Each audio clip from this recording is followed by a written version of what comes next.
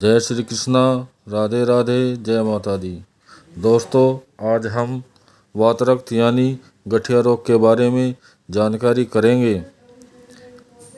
मनुष्य के शरीर में जब वायु और रक्त एक साथ दूषित हो जाते हैं तो दोनों दोष मिलकर वातरक्त यानी गठिया रोग पैदा कर देते हैं। स्वस्थ अवस्था में यूरिक एसिड रक्त में न रहकर पेशाब के द्वारा बाहर निकल जाता है, परंतु जब वात और रक्त दूषित हो जाते हैं तब यह सोडियम यूरेट्स का रूप धारण करके ब्लड के साथ मिलकर छोटी संधियों में जमा होने लगता है। यह संधियों अर्थात जोड़ों में दर्द और सूजन उत्पन्न कर देता है। आसान भाषा में कहे तो यूरिक एसिड हमारे खून में मौजूद एक केमिकल है जो खाद्य पदार्थों के सेवन के बाद निर्मित होता है। शरीर में इसका निर्माण प्यूरिन, मटर, पालक, मशरूम, सेम, चिकन आदि के खाने से होता है। शरीर में भोजन के पाचन के बाद यूरिक एसिड ब्लड में घुल जाता है। शरीर में फिल्टर होकर किडनी के माध्यम से यूरिक एसिड बाहर निकल जाता है। लेकिन हमारे शरीर में जब प्यूरिन की मात्रा बढ़ जाती है तो किडनी से यूरिक एसिड सही तरीके से फिल्टर नहीं हो पाता है, जिसकी वजह से शरीर में यूरिक एसिड की मात्रा बढ़ने लगती है। शरीर में यूरिक एसिड बढ़ने पर कई गंभीर समस्याएं शुरू हो जाती है। शरीर में यूरिक एसिड के बढ़ने के प्रमुख कारण इस प्रकार है।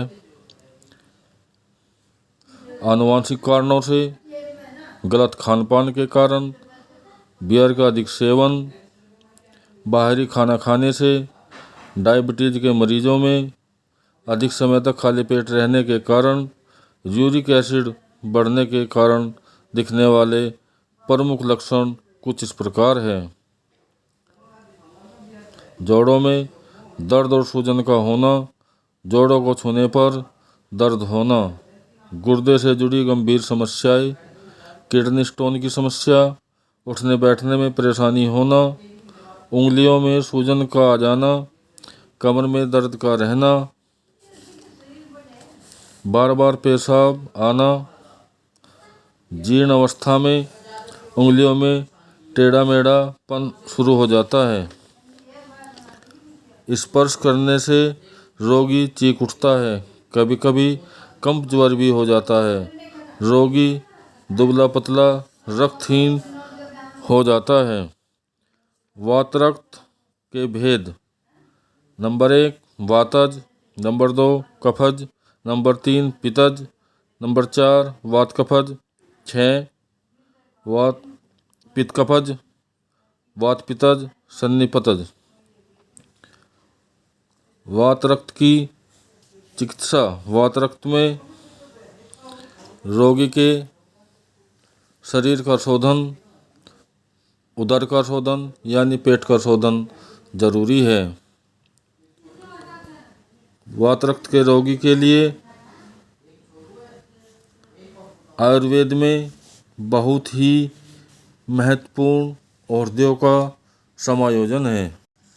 चिकित्सा से पहले स्नेह कर्म करना, स्नेहयुक्त मृदु द्रव्यों से विरेचन और वमन द्वारा शरीर शुद्ध कर लेना जरूरी है।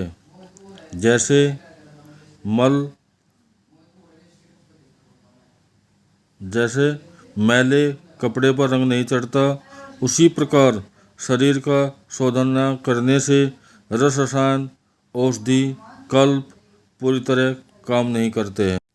आयुर्वेद एक महासागर है। वातरक्त को दूर करने के लिए इस महासागर में हजारों औषधियाँ, रस रसायन, शास्त्रीय योग, अनेकों अनुभूति योग मिल जाते हैं। जैसे बृहत वात चिंतामणि रस, वात गुजांकुश रस, वात कुलांतक रस, अमृता गूगल, कैशोर गूगल, सिंहनाथ गूगल, योगराज व महायोगराज गूगल, पुनर्नवादी गूगल, गोक्षुरादि गूगल, पुनर्नवादी चूर्ण, ये सब औषधियाँ वातरक्त यानी गठिया रोग में यूरिक एसिड में काफ़ी असरकारक सिद्ध हो रही है। दोस्तों, इस वीडियो बनाने का केवल एक ही मकसद है, आप लोगों को वातरक्त यानी गठिया यूरिक एसिड के बारे में अच्छी जानकारी मिले, आप जागरूक हो इस रोग के प्रति, यही मेरा मकसद है।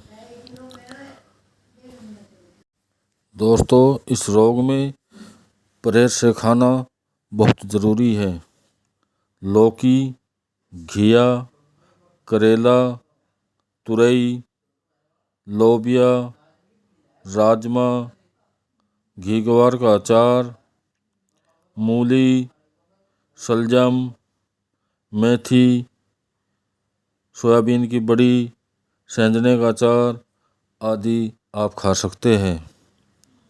दूध और दूध से बने पदार्थ, दही, लस्सी, पनीर, खोआ, बर्फी, रबड़ी, मूंग, उड़द की दाल, काले चने, चावल, शीतल पेय पदार्थ, अचार, खटाई, तेल और तली चीज़ें, मांस, अंडा, मछली और सभी प्रकार का ड्राई फ्रूट अपथ्य है, मतलब ये चीज़ नहीं खानी है।